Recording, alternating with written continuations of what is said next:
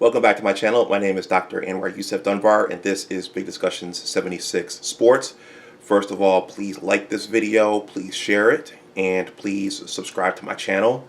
If you want to throw something in the tip jar, that information is below in the description box. And also, please consider joining the Big Words LLC Newsletter, as I am a writer, in addition to being a YouTube content creator, and I have a sports related book project, a two-parter that I am working on finishing up right now.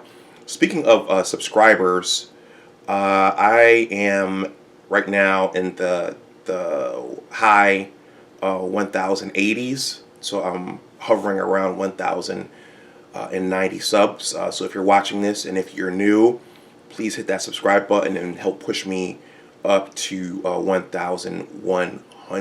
So the things I just described also are in the description box below, my newsletter and the page to my book project. But I don't want to belabor this, as I want to make this a short video. I wanted to make something in tribute to the late and in salute to the late Dwayne Haskins, who played at our chief rival, or who played for our chief rival, and as a member of the Michigan fan base, Dwayne Haskins left a everlasting and a permanent impression on at least me as a Michigan fan, which I will talk about in this short video. For those of you who watched my post-Michigan 2022 spring game video last week, you know that I'll credit Abdul Gaines, I think it was Abdul Gaines, entered into the chat that Dwayne Haskins passed away last Saturday morning. And I get the Washington Post. You know, I'm here in the DMV, so I get the Washington Post every Sunday, and it turns out they wrote an article about him in last Sunday's issue of the Washington Post. He went to school here, high school. He went to high school here in the DMV up in Maryland. It turns out Dwayne was born, and he spent his early years in New Jersey, but his family thought that moving here to the DMV would give him the best chance to succeed as a quarterback. And I'll have to admit that I do a bad job. I mean, even though I live here in Northern Virginia, I do a bad job keeping up with the high school sports here in the DMV. So Dwayne Haskins played here during my time living here, and also Hunter Dickinson from the Michigan basketball program played here as well. And I didn't discover them until they went to the collegiate level. In any case, speaking of which, my memories of Dwayne Haskins. Well, there are two main ones, and I'm going to be brief here as I want to keep this video brief. My first knowledge of Dwayne Haskins is from the 2017 Michigan-Ohio State game, which the Wolverines hosted up at the Big House. As you know, that was a rebuilding year for the Wolverines. We were coming off of the heartbreaking 2016 loss, and a lot of young players started for the first time in 2017. We lost Wilton Spade at quarterback, and it was just a very dismal year for us. But as in most instances, and as in most years, no matter how up and down the rest of the season is, the team finds something extra for the Ohio State game, and that was the case with the Ohio State game that year. I think it was a tale of three quarterbacks: John O'Corn for us, J.T. Barrett for Ohio State, and Dwayne Haskins for Ohio State. John O'Corn played well enough to win the game. We were in position to win that game up until the last drive when he threw that interception. But I think for me, what I'll always remember is that when J.T. Barrett went down with that knee injury, I was looking at it and saying, yes, we finally got these SOBs. J.T. Barrett is out. They're going to bring in an inexperienced quarterback the stage is going to be too big for that quarterback. We've got this. It's in our house. We've got the win.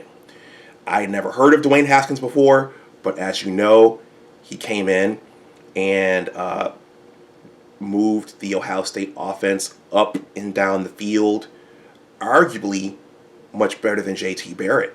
And I think the argument could be made that he was a better quarterback than JT Barrett in terms of throwing the ball, and the argument could be made that maybe he should have been the starter just based upon what I saw from him that day. I was like, wow, who is this kid? And again, he led the offense like a veteran and a pro, and he led the Buckeyes to a 31-20 heartbreaker for us, the Michigan faithful.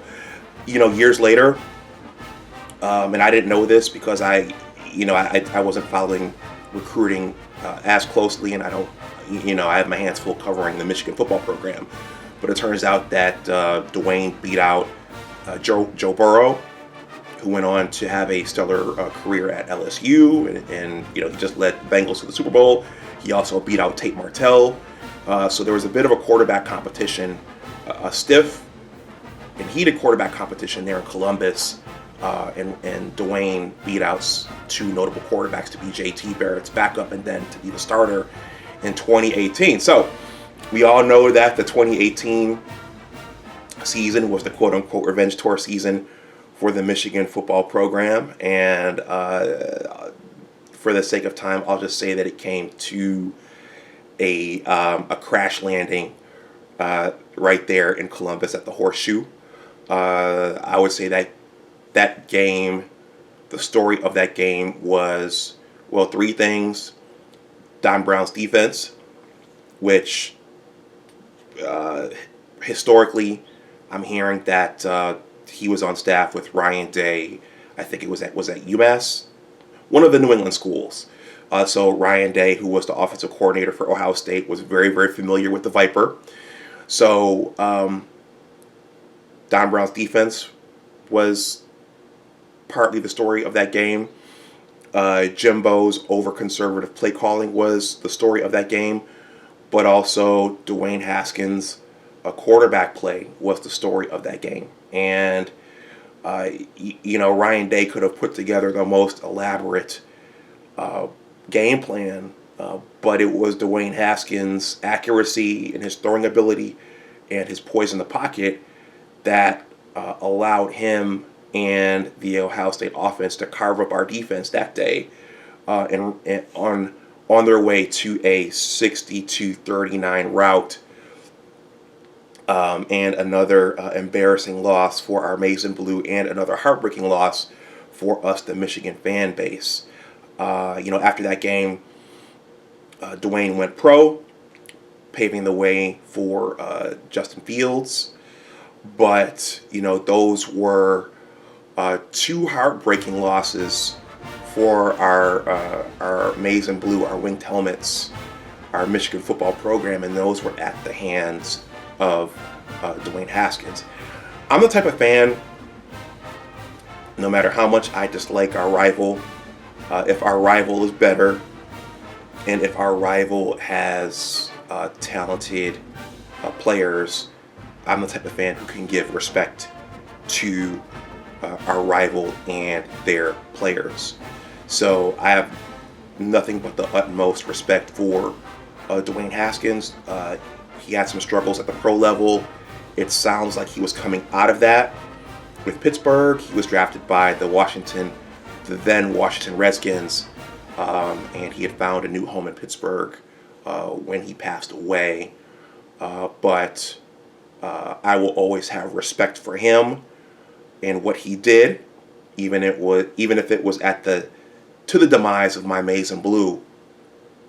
I just wanted to make a video remembering him, saluting him, and commemorating what he was able to do as the signal caller for the Ohio State Buckeyes. And that's pretty much what I wanted to say. Rest in power, Dwayne Haskins. I will always remember what you did. I didn't, as a Michigan fan, I didn't necessarily like it.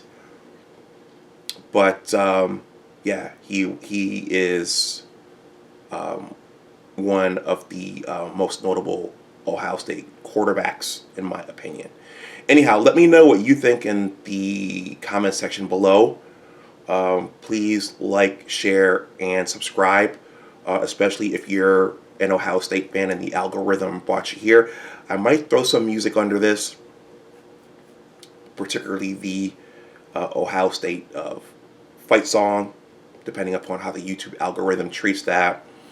But yeah, I think I'll wrap this up here. I didn't know about the kid until that 2017 game, though Buckeye fan probably knew what they had when he trotted onto the field to relieve JT Barrett. It's funny how that works. Anyway, in this instance, go Bucks, go Blue, go Big Ten. Enjoy the rest of your day, and as always, remember that your attitude determines your altitude. Take care, and I'll talk to you the next time. Bye-bye.